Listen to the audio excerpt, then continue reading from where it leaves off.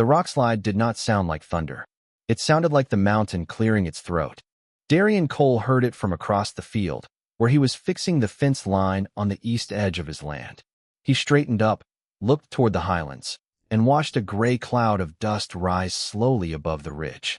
Rocks. A lot of them. He waited. Nothing more came down. He picked up his tool bag and walked toward it anyway, because that was the kind of man he was. He had been on Vareth 9 for 6 years. He had come as a frontier ranger and stayed when the contract ended, because leaving had required more energy than staying. The planet suited him. It was wide and quiet, and most things on it left him alone if he left them alone. The settlers in the valley called him the man on the hill. He did not mind. The highlands were Drevi territory. Everyone on Vareth 9 knew that. The Drevi were the native dragon kin of the planet. Long bodies, fur limbs, broad wings, scales that caught light like wet stone. They were intelligent and ancient, and they had made it very clear they wanted no part of whatever the humans were building down in the valley. Most settlers stayed south of the ridge line. Darian's land sat right at the edge of that boundary. He had never crossed it without reason. The slide had come down on his side of the ridge. He smelled the nest before he saw it. Drevi nests had a distinct smell, warm stone and something close to pine, something close to metal. He found the ruin of it wedged between 2 boulders at the base of the cliff face. The nest guardian was dead, crushed under a rock that must have weighed more than his entire outpost. 3 eggs were broken. The shells were already going cold. He almost turned back. Then something moved in the rubble. It was small enough to fit in both his hands. Turquoise scales along the back, gold along the belly, a ridge of tiny spines still soft and flat against its head. It had a gash along the left side where a sharp stone had caught it, and it was moving in slow, confused circles, stepping over pieces of its own broken nest. Darian set down his tool bag. He took off his outer coat, heavy canvas, worn soft over years, and he crouched down. The hatchling turned to look at him.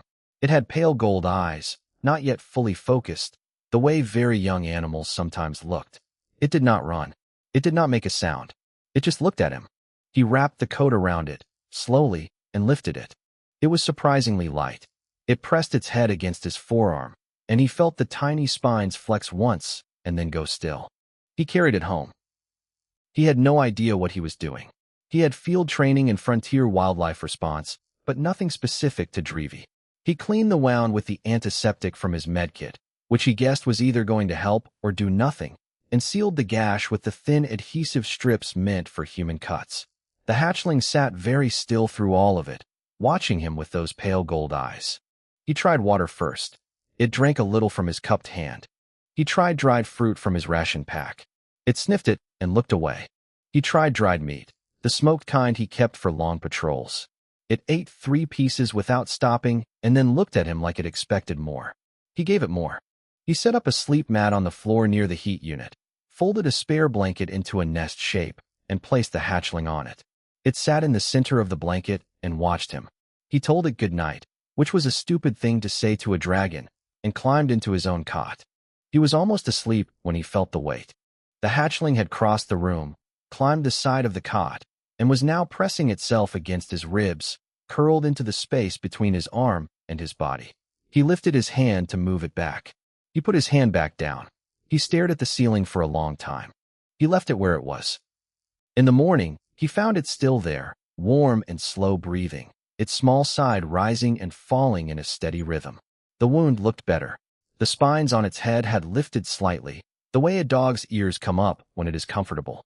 Darian made coffee and sat on the edge of the cot and thought about what he had done. He had taken a Drevi hatchling from a Drevi nest. He had no idea who or what would come looking for it. He had no plan. He drank his coffee. The hatchling opened one gold eye, hummed a sound so low he felt it more than heard it, and went back to sleep. He supposed the plan could wait. He did not have to wait long. By midday, a shadow crossed the clearing so large it blocked the sun for a full 2 seconds. He stepped outside and looked up. At the edge of the tree line, settled on a boulder as though she had been there for hours, sat the largest Drevi he had ever seen. Her scales were deep violet and silver, worn at the edges the way old things get worn. Her eyes were the color of ash. She was staring at his front door. Darian stood in the yard and looked back at her. He did not reach for his rifle. He did not move. Inside, through the thin wall, he could hear the hatchling humming in its sleep. The large Dreevy looked at him for a long time. Then she looked at the door. Then she spread her wings, stepped off the boulder, and rose into the sky without a sound. She did not attack. She did not speak. She left. Darian watched the empty sky for a while. Then he went inside and cut more dried meat into small pieces, because the hatchling was awake and was making a noise at his boots that he was starting to recognize as a request. She followed him everywhere. Darian had not planned for that. He had expected the hatchling to grow more independent as the days passed, to want her own space, to stop pressing herself against his side every night. Instead, she grew more attached. By the second week, she had decided that anywhere Darian went, she went too. He named her Sova. He was not sure why. It came to him one morning when she was sitting on the workbench, watching him repair a power coupling with the focused attention of someone learning a trade. He said the name once, and she turned her head. He said it again. Her spines lifted. She made the low humming sound. That was that. She was a quick learner, faster than he had expected. Within a month she understood come, wait, and no. Not because he trained her, but because she paid attention. She watched the way he moved around the outpost and mirrored his rhythms. When he stopped, she stopped. When he walked the perimeter in the evenings, she walked beside him, her shoulder at his knee, wings folded tight, scales picking up the last of the day's light. He talked to her the way he had once talked to himself, which was his main form of company. He narrated what he was doing, explained repairs, described what he saw on patrols. She listened with her whole body, the way good listeners do, turning to look at whatever he pointed at. Her wound healed cleanly. The adhesive strips fell off on their own after 10 days, and the scales underneath had already begun to grow back, slightly darker than the rest, a patch of deep teal at her side that she could not see but that Darian could always find in a crowd, not that there were crowds. He rebuilt the sleeping area in the 3rd week. He did not mention to himself that he was doing it for her. He just widened the platform and added a second layer of insulation and told himself it was a general improvement. She tested it that same night by spinning 3 times and dropping into a sleep so deep she did not stir when he dropped a wrench on the floor. Raytha came back. Darian saw her from the field one afternoon, sitting on the same boulder as before, watching. He walked toward her this time. He stopped about 10 meters away. She was enormous up close, her head easily twice the size of his torso, her eyes steady and cold. She is alive, Raytha said. Her reach common was slow and careful, the way someone speaks a language they learned from reading rather than talking. Yes, Darian said. You fed her. Yes. You fixed the wound. Best I could. Raytha was quiet for a moment. She looked at the outpost, where Sova was visible in the doorway, watching from the threshold. Then she looked back at Darian. She should return to the nest, Raytha said. I know, Darian said. She can go whenever you want her back. Raytha looked at Sova again. Sova took one step outside the door, looked at Raytha, and then walked back inside and disappeared into the dark of the outpost. Raytha watched the empty doorway for a long moment. Not yet, she said finally. She left again without explaining what she meant. Darian went back inside and found Sova on the workbench, chewing on a piece of old rubber tubing that she had no business having. He took it from her. She gave him a look he was beginning to recognize as protest, and then went to the corner where her food bowl was and sat in front of it pointedly. He fed her. Of course he fed her. The weeks turned. Petra called in late in the 6th week, her face on the small comm screen looking the same as always, sharp, practical, slightly tired. She worked communications for the settler station in Yile Hollow, 2 hours south. They had served together as rangers for 3 years before she took the station post. She was one of 2 people on Vareth 9 whose calls he always answered. You hear about the ship? She said. What ship? Survey class. Passed through the outer belt about 4 days ago. No registry filed with the Reach Assembly Port Office. Zella Station flagged it, but they were gone before anyone could run a check. She paused. Scouts, probably. Looking at something. Could be anything, Darian said. Could be. Petra agreed, in the tone that meant she did not think so. He filed it in the back of his mind under things to think about and went back to his work. Sova spent that afternoon pulling on his bootlaces and refusing to stop even when he walked, dragging behind him across the floor with her teeth locked on the lace and a look on her face that could only be described as committed. He sat on the floor and let her win. She climbed into his lap and made the humming sound. He put his hand on her back. It was in the 9th week, early morning, when Sova did something new. He was preparing for a long patrol, checking his pack, checking his rifle, clipping his canteen. She sat at the door and watched him with a stillness that was different from her usual curious watching. Her spines were flat. Her head was low. He picked up the pack. She made no sound, but she moved to the door and sat directly in front of it, blocking him. Not attacking, not growling, just sitting, solid and deliberate and clear. He put the pack down. She made no movement, just waited. He stared at her for a moment. "That's not a word," he said. She held his gaze. Her spine slowly lifted. He did a shorter patrol. He was back before noon. She was at the door when he returned, tail moving once, slow. He stepped past her, and she fell in beside him without ceremony. He had started to understand that Sova had her own opinions about most things. He had also started to understand that she was usually right. He just had not figured out yet what that morning's opinion was about. Two strangers arrived at Yoel Hollow on a Tuesday. They came in a small transport, clean and unmarked, and told the station keeper they were wildlife researchers from the Reach Assembly's Conservation Survey Division. They had badges. They had paperwork. They asked polite questions about local fauna and took a lot of notes. They ate in the settler canteen and smiled at people and left generous tips. Petra did not trust them. She could not say exactly why, not at first. The badges looked real. The paperwork cleared a basic check. But there was something in the way they moved. Too smooth, too aware of where every person in the room was standing, the kind of awareness that came not from curiosity, but from training. She watched them through the canteen window and then went back to her desk and ran their credentials through a deeper check.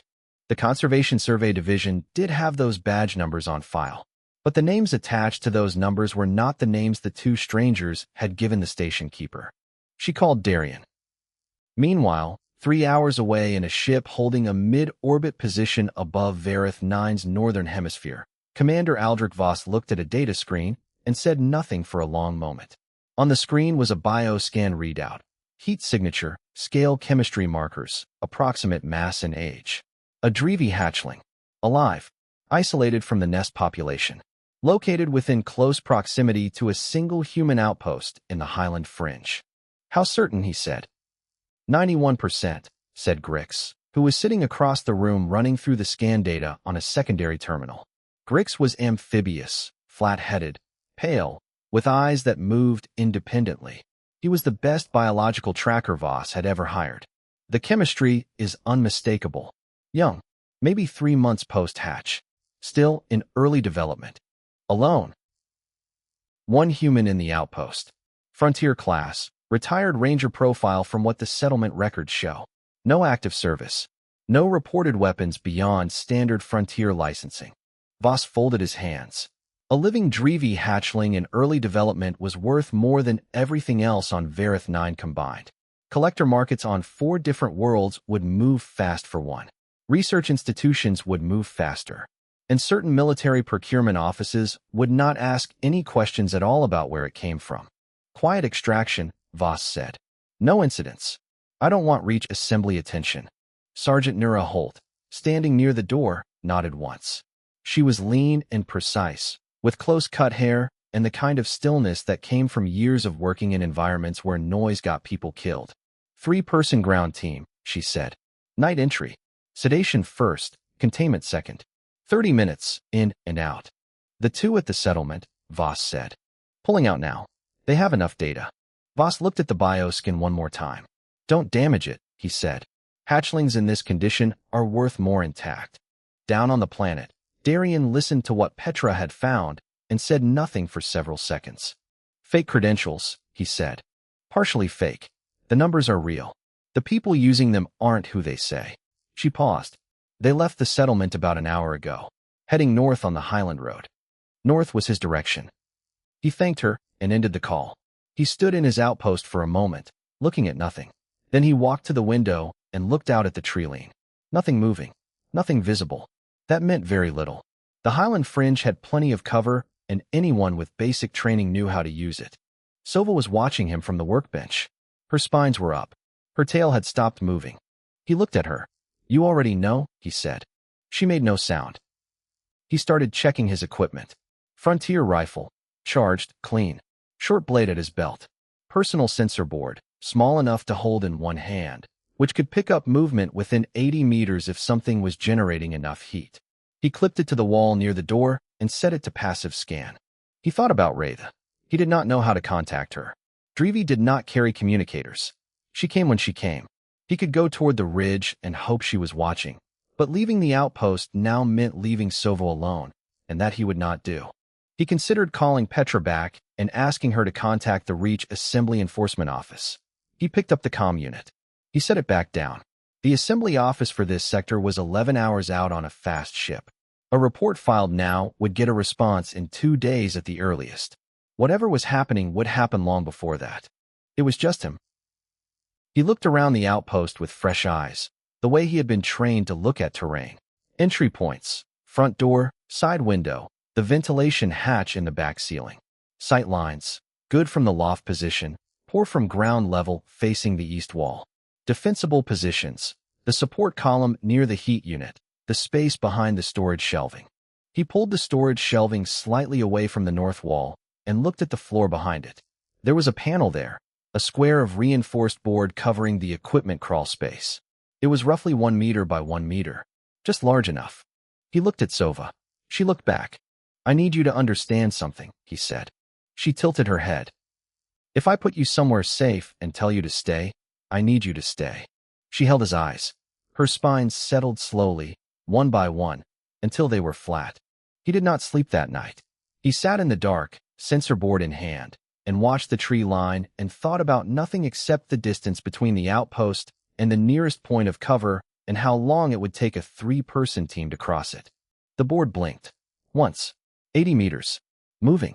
He put his hand on Sova's back and felt her breathing, steady and warm. "Not yet," he said quietly. He waited. He moved Sova first. He carried her to the storage panel, lifted the board, and lowered her into the crawl space below. It was dark and dry, and just wide enough for her to turn around. She looked up at him from below with gold eyes that caught the faint light from the room. "Stay," he said. She made the low hum. Just once. Then she curled up and put her head on her front legs. He sealed the panel. He moved the shelving back. He took his position in the loft, the raised storage platform at the back of the outpost, 2 meters up, accessed by a fixed ladder. From there he could see the entire main floor and both entry points. He set the rifle across his knees and watched the sensor board. 60 meters. 50. 3 signals. Spread slightly, not grouped. They knew enough to avoid clustering. Grix was leading because the tracker always led. They stopped at the edge of the sensor range for almost 4 minutes, which meant they were watching the outpost with their own equipment, checking for activity, counting light sources, deciding whether anyone inside was awake. Darian did not move. He had turned off every light an hour ago and sat in complete dark. To their sensors he would read as a sleeping heat signature, low and still, in the upper corner of the structure. 30 meters. He heard them at the outer door, a soft, brief hiss of a pulse tool cutting the lock. Not loud enough to wake a sleeping person. He counted to 3 after the sound stopped, then shifted his weight slightly on the loft platform, adjusting his angle. The door opened. They came in fast and low, 3 figures in dark gear, no lights. The one in front was Grix, moving differently from the 2 humans, lower to the ground, head turning in short sweeps. The second was a woman, compact and quick, with a containment case slung over her shoulder.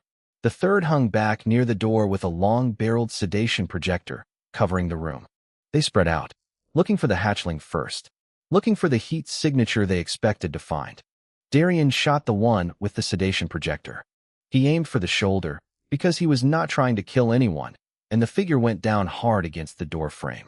The other 2 moved in opposite directions instantly. Good reflexes, real training. Grix went flat against the floor and became very difficult to locate in the dark.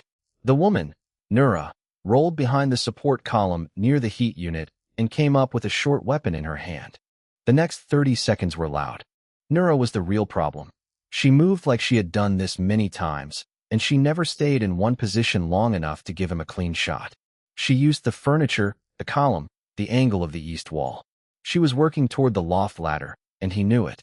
He came down the ladder before she reached it, because if she got to the ladder first, he lost the advantage. He hit the floor and immediately moved right toward the shelving. Something hit the wall behind him. He turned and put 2 shots in Nura's direction, not clean, but enough to make her move back.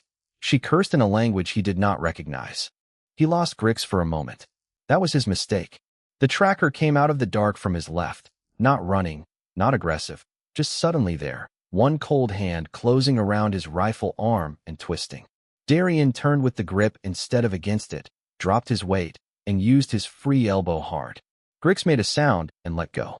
Darien stepped back and brought the rifle up, and Grix looked at it and made a different kind of decision and went out the door. Then it was just Nura. She had the weapon up. She had a clear line to him. He had a clear line to her, but she was already speaking. "The hatchling," she said. "Tell me where it is, and we leave. No one gets hurt worse than they already are." Darien said nothing. "I'll burn this building," she said. "I'll burn it room by room until it comes out, or it doesn't. Either way I get paid."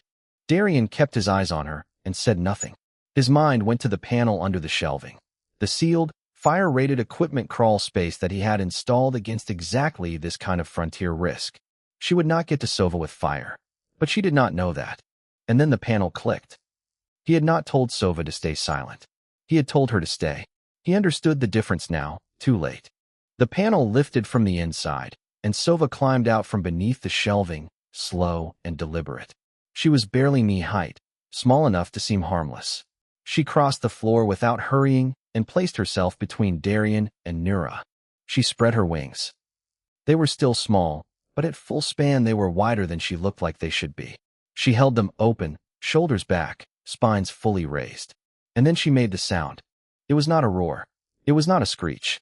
It was something lower and wider, a resonance that started in her chest and seemed to move through the floor and up through the walls. The heat unit rattled. The sensor board fell off the wall bracket. A glass container on the shelf cracked along one side. The ceiling above the outer structure came apart. Raytha landed with both front feet through the roof. She was not careful about it. Timber and board and insulation collapsed inward, and she landed in the ruin of the outer room like something that had always been there, and the building had just now caught up. Her eyes found Nura in under a second. Nura ran. Darien did not chase her. He lowered his rifle. He stood in his partially destroyed outpost in the dark and looked at the hole where his roof had been. Stars showed through it in a rough oval. Raytha looked at him across the wreckage. Her eyes were the color of ash, and they were very calm. Sova walked back to Darien and pressed her head against his leg. "You did not run," Raytha said.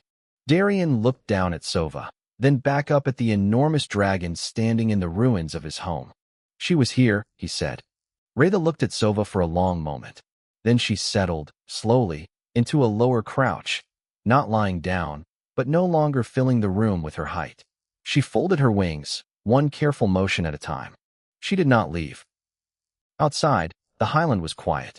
The sensor board on the floor blinked once, and then went dark. In the distance, somewhere above the ridge, a transport engine ignited and faded, heading for the outer sky. They were gone. For now.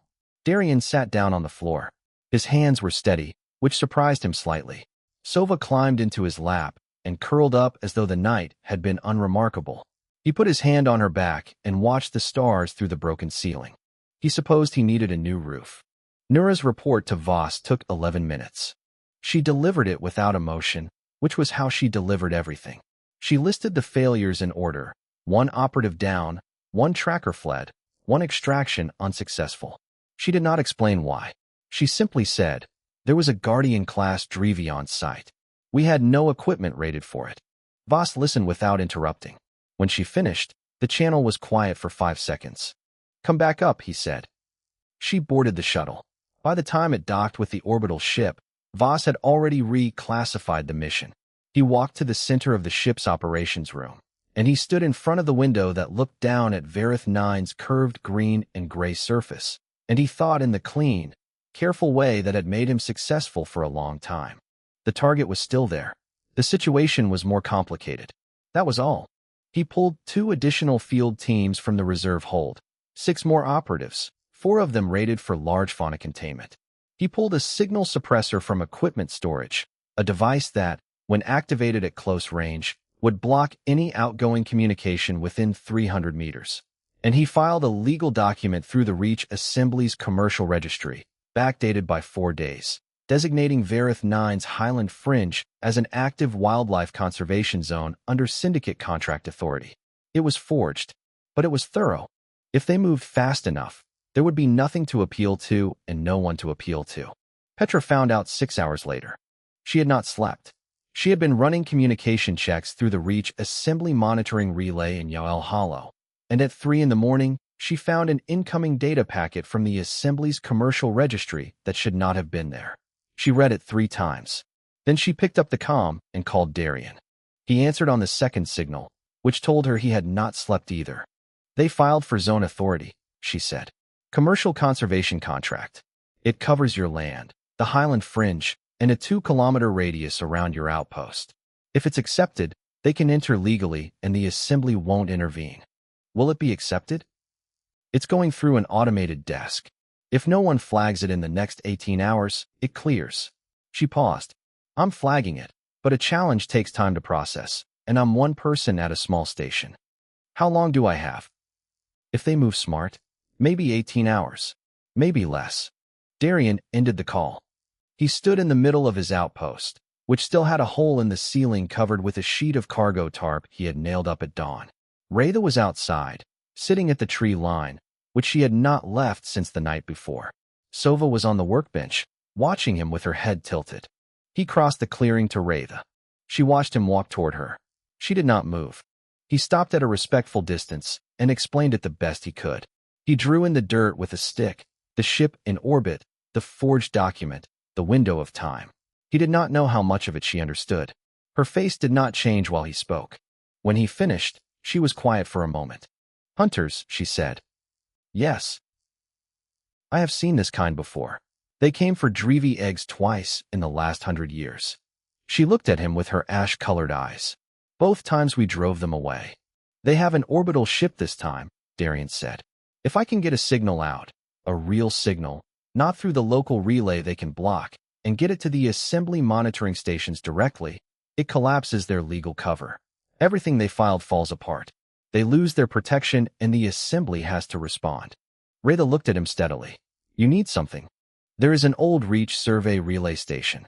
In the Highlands, maybe 2 hours from here.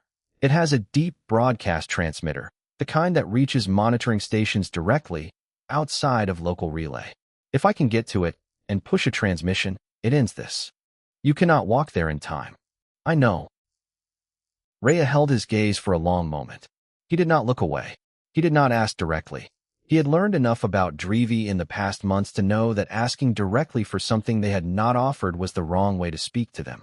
She looked at Sova, who had followed Darian out and was now sitting beside his boot, watching the conversation with the focused attention she gave to everything she did not understand but wanted to. Raytha lowered her head until her eyes were level with Sova's. The hatchling looked back at her with the same calm gold gaze that never seemed to hold fear. Raytha made a sound, deep, resonant, brief. Sova made the same sound back, smaller. Raytha straightened. I will carry you, she said to Darian. Both of you. He built the harness in 40 minutes from equipment straps and a cargo webbing he kept for supply hauls. He tested the attachment points twice. He strapped Sova against his chest, tucked close and secure. Raytha crouched low in the clearing and waited. He climbed onto her back, found the ridge of her shoulder blades, and locked his harness to the carry strap she had shifted into place. He had never been carried by a Drevi before. He had not known they would allow it. Raytha stood to full height. The ground dropped away. The highlands moved beneath them in the dark, ridge lines and tree crowns and the silver lines of night rivers. Sova was very still against his chest, eyes open, watching the world from a height she had never seen it from. He kept one hand on her back and kept his weight low against Raytha's scales. In 30 minutes they covered what would have taken 3 hours on foot. The relay station appeared below them, a low gray structure half buried in highland scrub, its transmitter tower still standing but dark, no active power signature. Old. Abandoned years ago when the assembly upgraded to newer relay systems. But old did not mean broken. Raytha landed at the edge of the station clearing and did not wait for Darian to fully dismount before she raised her head and looked at the station. 4 heat signatures. He saw them on his portable sensor board at the same moment she saw them. Voss had predicted this. Of course he had. Darian unhooked from the harness and stepped down. He unstrapped Sova and held her for a moment, gold eyes looking up at him in the dark. "I need you to stay close," he said. "No matter what." She pressed her nose against his jaw. Once. Then she stepped back and stood at his side with her spines up and her wings half spread and the patience of something much older than she was. Raytha looked at the station. She looked at Darian. Something in her posture shifted, not the cold wariness of the past months, not the careful distance. Something that looked more like intent. "I will bring them out to me," she said. She stepped into the clearing. Raytha walked into the clearing like she owned the sky above it. She did not rush. She did not hide. She crossed into the open ground in front of the relay station and stopped, wings partly spread, head low, and simply waited. It took the 4 syndicate operatives about 8 seconds to respond to something they absolutely could not ignore. They came out of the station in pairs, armed with long containment rods and a portable sedation projector of the kind rated for large wildlife. They were efficient and professional and completely focused on the largest threat in their immediate environment. That was Raytha. That left Darian the side approach. He moved along the station's east wall, low and fast, Sova matching him step for step at his side without being told. 1 window. 1 access panel. He found the panel, an old mechanical latch, not electronic, not connected to anything that could alert the interior. He pulled it open and slipped inside. The transmitter room was small and dark and smelled of old circuitry. 1 operational screen still glowed on standby power. The deep broadcast transmitter was mounted to the far wall, all manual controls, exactly as old reach survey equipment tended to be. No passwords, no modern lock systems. The assembly had never bothered to decommission it properly. Outside, Raytha made a sound that traveled through the walls like a current. He heard the operatives shout. He heard 2 of the containment rods discharge, a sharp cracking sound each time. He worked faster. Petra had spent the last 4 hours preparing the transmission package on her end. Syndicate identification codes pulled from the registration data. Voss's command signal traced through the communication Darian had forwarded to her. Grix's bioscan data proving Sova was the target of an illegal wildlife extraction operation. She had it ready, compressed and addressed to every reach assembly monitoring station within 7 light hours. She just needed the transmitter. He patched his comm unit into the transmitter's input port. "Direct line." "Petra," he said. "You're on." "Transmitting," she said immediately. The transmitter board lit up in a spreading sequence, indicator lights running left to right along the panel as the deep broadcast system woke up for the first time in years. The tower above the station was already drawing power. He heard it hum through the ceiling. Outside, a new voice joined the noise, Voss, directly over the syndicate's channel. He had been watching via drone feed. He knew what the transmitter tower lighting up meant. He gave 1 order. Terminate the asset.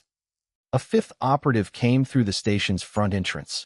1 Darian had not counted, held in reserve. He was fast, and already moving toward the back of the building, toward the transmitter room. Darian heard the footsteps in the corridor and stepped to the side of the door. The operative pushed it open. Darian was not where he expected him to be. The next 4 seconds were close and uncomfortable, but Darian had been a frontier ranger for 9 years before he retired, and he had learned in that time that the most important thing in a fight was not strength. It was knowing which direction the other person thought you were going to move. The operative went down. Darian checked the corridor. Clear. He went back to the transmitter board. The indicator lights were still running. The hum in the ceiling was louder. On his comm, Petra said nothing, which meant she was watching the transmission logs, and they were good. Sova had been silent through all of it. She was sitting near the wall beside the transmitter board, watching the door, spines fully raised, tail moving slowly side to side, doing exactly what she had always done. Watching, being there. Then the transmission status bar on the board hit full. "Done," Petra said. It went out. All 12 stations will have received it within the next 40 minutes. From above Vareth 9, Commander Aldrich Voss watched on his operational screen as the transmission confirmation codes appeared one by one, monitoring station after monitoring station acknowledging receipt. His commercial conservation filing was already flagged, already linked to the transmission evidence, already in the hands of 3 separate assembly automated review systems that would route it to enforcement officers by morning. He looked at the screen for a long moment. Then he told his pilot to calculate a jump to the outer belt. His legal team would need time. He needed distance. The syndicate extraction teams on the ground received the recall order minutes later. The operatives in the clearing fell back. Raytha watched them leave with the stillness of something that had been patient for a very long time and had just been given a reason to stop. She had taken 2 direct hits from the containment rods. Neither had put her down. One had torn a section of scale along her left flank and left a burn mark beneath. She stood with her wings folded and breathed steadily and looked at the station entrance. Darian came out with Sova beside him. Raytha looked at the hatchling. She looked at Darian. She held both of them in her gaze for a moment that felt longer than it was. Then she lowered her head and brought it level with Darian's, which was the dreamy posture of address between equals. He had read about it once, years ago, in a settler guide to Highland customs that he had mostly ignored. He stood still and let her hold the posture. She chose you, Raytha said. That is not a small thing. No, Darian said. She will remain with you. Raytha straightened. Until she is ready. She did not say when that would be. He did not ask. Petra arrived at the relay station by ground transport an hour later with a medikit and coffee and the satisfied expression of someone who had just won an argument they had not been able to speak aloud.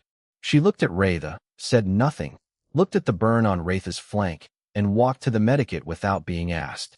Raytha watched her approach and did not move away. 2 days later, the Reach Assembly suspended the Dredge Syndicate's operational license pending a full review. Voss was intercepted at a transit station in the outer belt, his forged credentials flagged. Grix disappeared, which was what good trackers did when they lost. Darian went home. He repaired the roof properly this time. Thicker board, sealed seams, and told himself it would last. Sova inspected every part of the new construction in the way she inspected everything, which was slowly and thoroughly, and with the conviction that she was the authority on whether it was acceptable. She approved the sleeping area first. That was the most important room. That night the outpost was quiet. The highland outside was dark and wide. Raytha was somewhere up on the ridge, which was where she had been most nights for some time, though she had never said so. Sova had grown. Not much. Not enough to see unless you had been watching closely all along. She was larger than the hatchling he had pulled from the rubble. Her scales had deepened in color. The gold at her belly had taken on a richer tone. The repair scar on her side had almost vanished entirely. She circled the sleeping platform twice, pushed her nose against Darian's shoulder, and curled up beside him the way she always did, back against his ribs, small wings folded, the rhythm of her breathing long and even. He turned off the light. She hummed once, low and steady, the same sound she had made on the very first night, when she was small and frightened and had chosen to close the distance between herself and the one thing in the world that had not turned away. He put his hand on her back and closed his eyes. Outside, Varith 9 turned through the dark. The stars above it were the same stars they always were. Nothing about them had changed. But somewhere among those stars, there were people who now knew that when you came for what a human had decided to protect, you did not find a calculation waiting for you. You found a human who had already made up his mind. That was the part they always forgot to account for. Not the weapon. Not the training, the decision, made once, in a dark outpost, over a small frightened creature that had nowhere else to go. That decision had not changed. Not once. Through everything. And it never would.